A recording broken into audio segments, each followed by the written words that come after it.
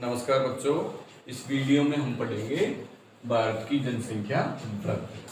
पिछले वीडियो में हमने वितरण और घनत्व पढ़ लिया था, इसमें पढ़ेंगे भारत की जनसंख्या वृद्धि।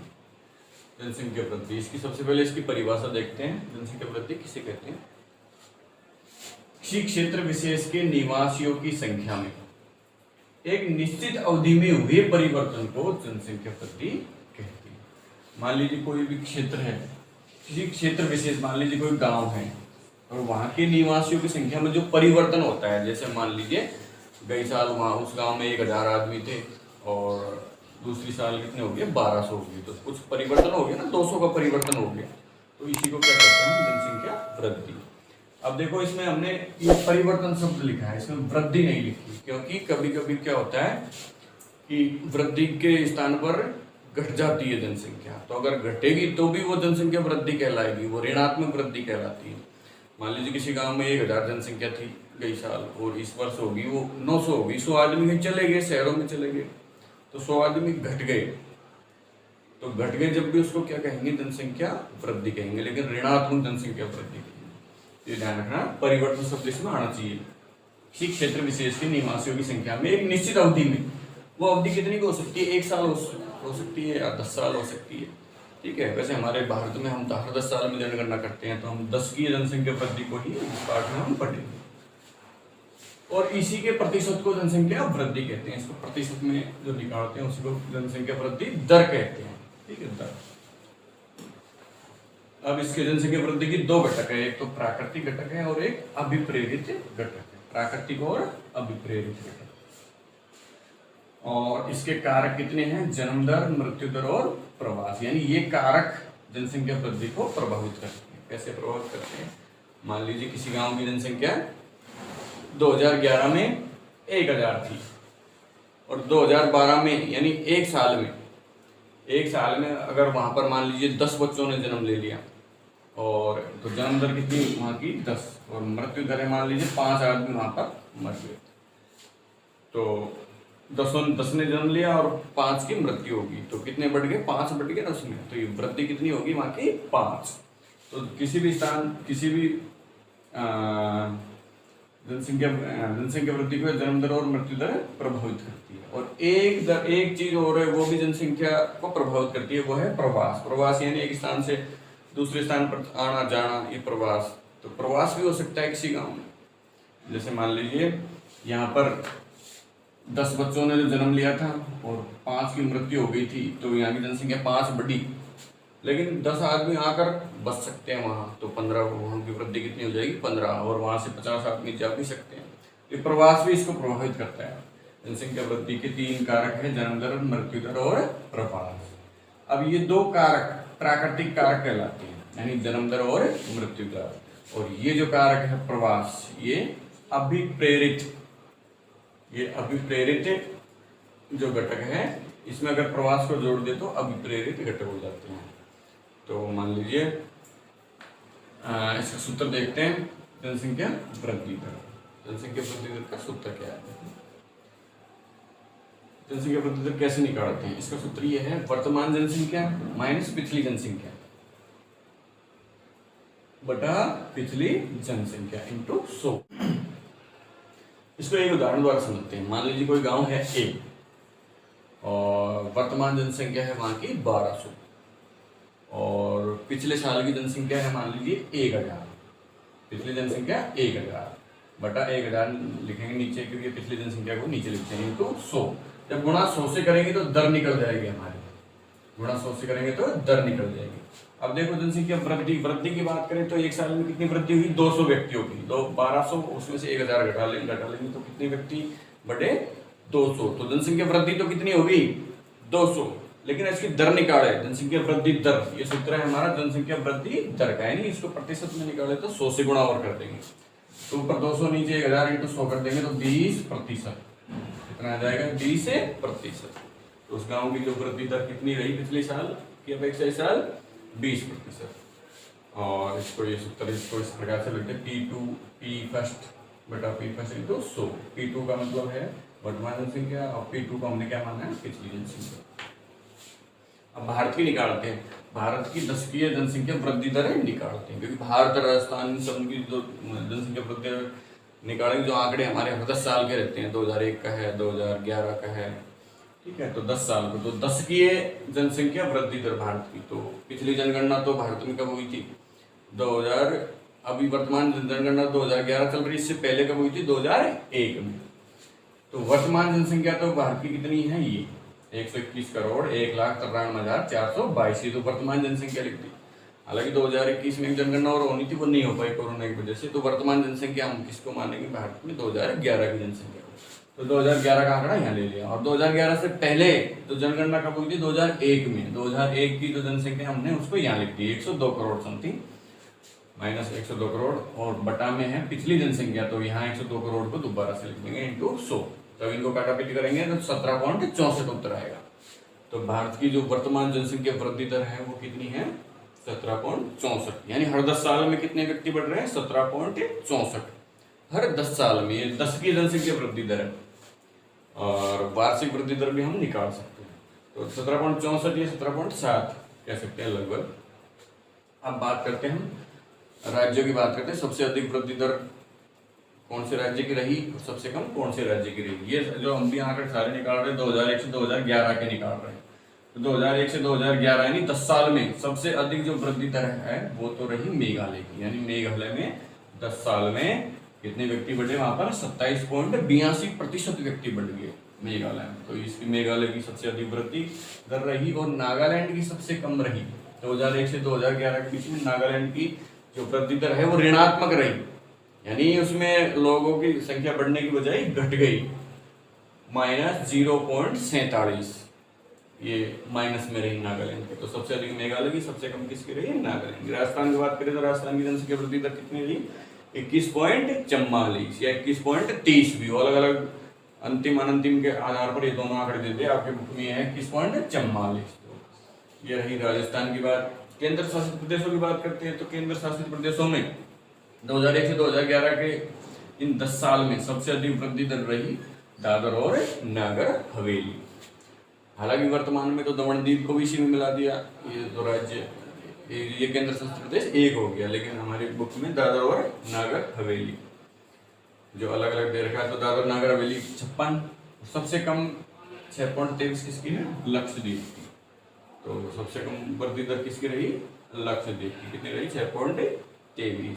कुछ और 2-4 राज्यों की बात कर लेते हैं। 2001 से 2011 के बीच सबसे अधिक वृद्धि दर कौन कौन से राज्यों की रही, मेघालय की सबसे अधिक है 27.82। दूसरे स्थान पर आता है अरुणाचल प्रदेश, अरुणाचल प्रदेश की वृद्धि दर कितनी रही 25.92, और तीसरे स्थान पर किसकी रही, बिहार की 25.07। और बिहार में इन 10 सालों में बहुत ज्यादा जनसंख्या बढ़ी है, जब भी तो घनत्व में पहला स्थान बिहार का आ गया था 2001 में पश्चिम बंगाल का, तो बिहार में बहुत ज्यादा जनसंख्या से बढ़ी इन 10 सालों में। सबसे कम की बात करें राज्यों के हिसाब से, सबसे कम की बात करें तो नागालैंड, नागालैंड में तो ऋणात्मक जनसंख्या वृद्धि दर रही। और इसके बाद हम बात करते हैं केरल, केरल की 4.86 और गोवा की 8.17, इनकी भी जनसंख्या वृद्धि दर कम रही। इनकी कम क्यों रही केरल गोवा वगैरह, क्योंकि यहाँ पर बहुत ज्यादा पढ़े लिखे लोग हैं, साक्षरता बहुत ज्यादा है और सारे संसाधन इनके पास उपलब्ध है। तो ये हम दो हमारे दो का सिद्धांत पर चलने वाले लोग हैं, ज्यादा पढ़े लिखे लोग होते हैं। वहाँ पर ऐसे देशों में जो ज्यादा शिक्षित है वहाँ जनसंख्या वृद्धि नहीं होती, ऐसे देश हो, राज्य हो, कोई भी स्थान हो, तो इनकी कम रही। अब बात करते हैं भारत की पिछले 100 सालों की जनसंख्या वृद्धि के बारे में। भारत की दशकीय वृद्धि दर 1901 से 2011 तक देखते हैं, इनमें भारत में कब कब कितनी कितनी जनसंख्या वृद्धि हुई।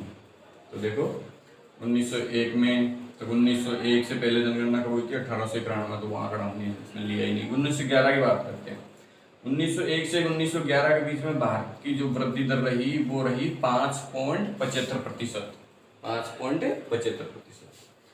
1921 में -0.31 यानी घट गई। ये एक ऐसा वर्ष है जहां भारत में जो वृद्धि दर है वो कैसी रही, ऋणात्मक। भारत की जो वृद्धि दर कैसी रही, ऋणात्मक, यानी 1921 में भारत में जनसंख्या घटी थी 2011 के बजाय 1911 के बजाय 1921 में जनसंख्या 10 साल में बहुत सारी बढ़नी थी, लेकिन यहाँ पर घट गई थी। तो ये एकमात्र भारत में ऐसा दशक है जहाँ जनसंख्या घटी थी, और इसको भारत का महान विभाजक वर्ष भी बोलते हैं 1921। इसके बाद में 31 की बात करें 11.60 बड़ी, 41 की 14.22, 51 13.31, फिर 61 21.50, फिर 71 24.80। ये जो 1971 का जो साल था, 1961 से 1971 का जो वर्ष था, इसमें सबसे अधिक आज तक की जो वृद्धि दर है सबसे अधिक 1971 की है, और यहाँ कितनी है 24.80। सबसे अधिक किसकी होगी अब तक के जो दशकों में 1971 की 24.80, और सबसे कम किसकी रही 1921। इसके बाद में 24.16 है, 24.66 है, 23.85, 21.54, 17.64। 2011 की जो वृद्धि दर है 17.64 रही। अब इसको हम कुछ 4 भागों में बांट सकते हैं। भाई कब तो जनसंख्या ज्यादा बढ़ी भारत में, कब विस्फोट की स्थिति आएगी, तो इनको हम 4 भागों में कैसे बांट दिया। पहला तो है 1901 से 1921 के बीच का काल, 1901 से 1921 का काल। और इन वर्षों में जो भारत की जो जनसंख्या वृद्धि है वो मंद गति से बढ़ी, और इसको क्या बोलते हैं स्थिर प्रावस्था, जनसंख्या वृद्धि की स्थिर प्रावस्था। क्योंकि देख लो जब यहाँ पर 5.75 बढ़ी, यहाँ पर 0.31 माइनस हुई, तो ज्यादा बढ़ी नहीं। इसको 20 साल की बात करें तो इसमें भी ज्यादा नहीं बढ़ी। दूसरी है 1921 से 1951 की बात करते हैं, तो इसमें स्थिर वृद्धि का काल कहा जाता है। यानी जनसंख्या यहाँ पर बढ़ी लेकिन धीरे धीरे 11.60 हुई, फिर 14.22, फिर 13.31। जनसंख्या वृद्धि तो हुई लेकिन थोड़ा कम हुई, इसको स्थिर वृद्धि का काल कहा जाता है। इसके बाद में यानी 1951 से 1981 की बात करें, 1951 से 1981 की बात करें, तो ये काल कहलाता है तीव्र वृद्धि का काल। यहाँ पर जनसंख्या का विस्फोट हुआ, भारत में जनसंख्या विस्फोट की स्थिति उत्पन्न होगी, यानी जनसंख्या एकदम से बहुत ज्यादा बढ़ी। और इसके बाद में 1981 से 2001 तक जनसंख्या वृद्धि दर ज्यादा तो है लेकिन धीरे धीरे कम होती जा रही है। इसको कहते हैं घटती वृद्धि का काल। घटती वृद्धि का काल यानी 1981 में तो बहुत 1981 से 1993 में 23.85 बढ़ी, ये भी बहुत बड़ी संख्या है, लेकिन इसके बाद में लगातार घट रही है। 24, 23, 21, 17 लगातार घट रही है। अब ये इनके बहुत सारे कारण हैं, जैसे मान लीजिए मंद वृद्धि का काल, ये 1901 से 1921 में जनसंख्या ज्यादा क्यों नहीं बढ़ी, क्योंकि इसमें एक तो विश्व युद्ध हुआ था, तो भारत के बहुत सारे सैनिक इसमें मारे गए थे। इसके साथ साथ इसमें भी एक भयंकर अकाल पड़ा था 1918 के समथिंग, एक बड़ा अकाल पड़ा था, तो उसमें भी बहुत सारे लोगों की मृत्यु हो गई थी, और बीमारियां प्लेग जैसी ऐसी बहुत सारी बीमारियां आई थी, इस वजह से जनसंख्या घटी थी। उसके बाद में जनसंख्या बढ़ी, और यहाँ तीव्र यानी जनसंख्या विस्फोट क्यों हुआ 1951 से 1981 के बीच जनसंख्या विस्फोट क्यों हुआ, इसका बहुत सारा कारण था। जैसे मान लीजिए 1947 में भारत आजाद हो गया, तो आजाद होने के बाद भारत सरकार ने जो चिकित्सा सुविधा है उसको बहुत ज्यादा बढ़ा दिया है। मतलब इससे पहले कोई हॉस्पिटल नहीं थे छोटे छोटे शहरों में, लेकिन अब छोटे छोटे शहरों में जगह जगह हॉस्पिटल खोल दिए गए, जैसे जिला लेवल पे अस्पताल खोल दिए गए। तो जब अस्पताल खुलेंगे तो मृत्यु दर कम होगी। जन्म दर तो उतनी रही, यहाँ पर जन्म दर तो उतनी रही लेकिन मृत्यु दर कम हो गई, यानी लोग कम मरने लगे। तो इस वजह से अगर मृत्यु दर कम और जन्म दर ज्यादा रहेगी तो जनसंख्या बढ़ेगी एक साथ। और इसमें और भी बहुत सारे कारण हुए, यानी आज़ादी के बाद में कुछ पाकिस्तान के शरणार्थी भारत में आए, बांग्लादेश से भी भारत आए, तो इस प्रवास के कारण भी यहाँ जनसंख्या बढ़ी है। अब धीरे धीरे बाद में ये घटती हुई जनसंख्या काल है, घटती हो रही है। अभी इसका एक कारण है साक्षरता। इसके बाद में यानी भारत में 1981 के बाद साक्षरता दर थोड़ी बढ़ी है, 81, 93, 2000, अब तो बहुत ज्यादा साक्षरता है लोग बागों में। और अब अगर वर्तमान की बात करें, हम 2021 की बात करते हैं, तो 2021 में तो लोग बाग बहुत ज्यादा समझदार हो गए हैं। और आज हम देखते हैं हमारे चारों तरफ, आज से 40 साल पहले यानी हमारे दादा वगैरह उनके 4-4, 5-5 बेटे हुआ करते थे, और आज अपने आड़ोस पड़ोस में चारों तरफ देख कर देखो सबके 2 बच्चे ही हैं।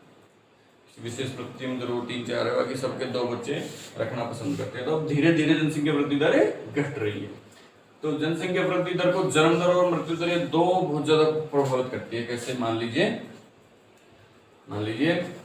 किसी शहर की जन्म दर तो है मान लीजिए 100, यानी 1000 1000 जनसंख्या पर एक वर्ष में मान लीजिए 100 बच्चे जन्म लेते हैं, और मृत्यु दर है मान लीजिए 90 आदमी मरते हैं, तो जनसंख्या ज्यादा बढ़ेगी नहीं। कितनी बढ़ी? 10 ही।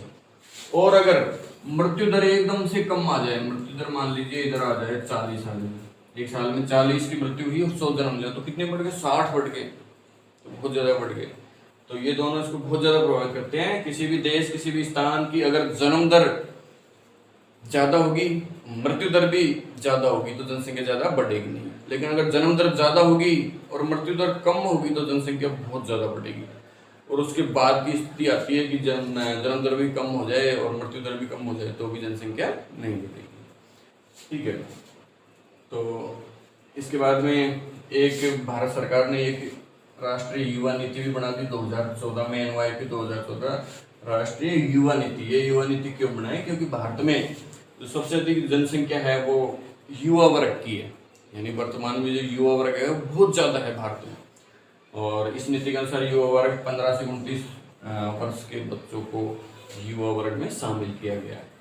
तो ये युवा वर्ग ऐसा है जो भारत को किसी भी दिशा में ले जा सकता है। अगर सही दिशा में चले गए तो भारत को बहुत आगे भी ले जा सकते हैं, और अगर वो गलत लाइन में चले गए तो भारत को आने वाले 10, 20, 50 सालों में अलग लाइन में भी ले जा सकते हैं। तो इसके लिए युवा नीति के द्वारा भारत सरकार शिक्षा के क्षेत्र में और इन बच्चों को रोजगार देने के लिए कई योजनाएं वगैरह ये सारी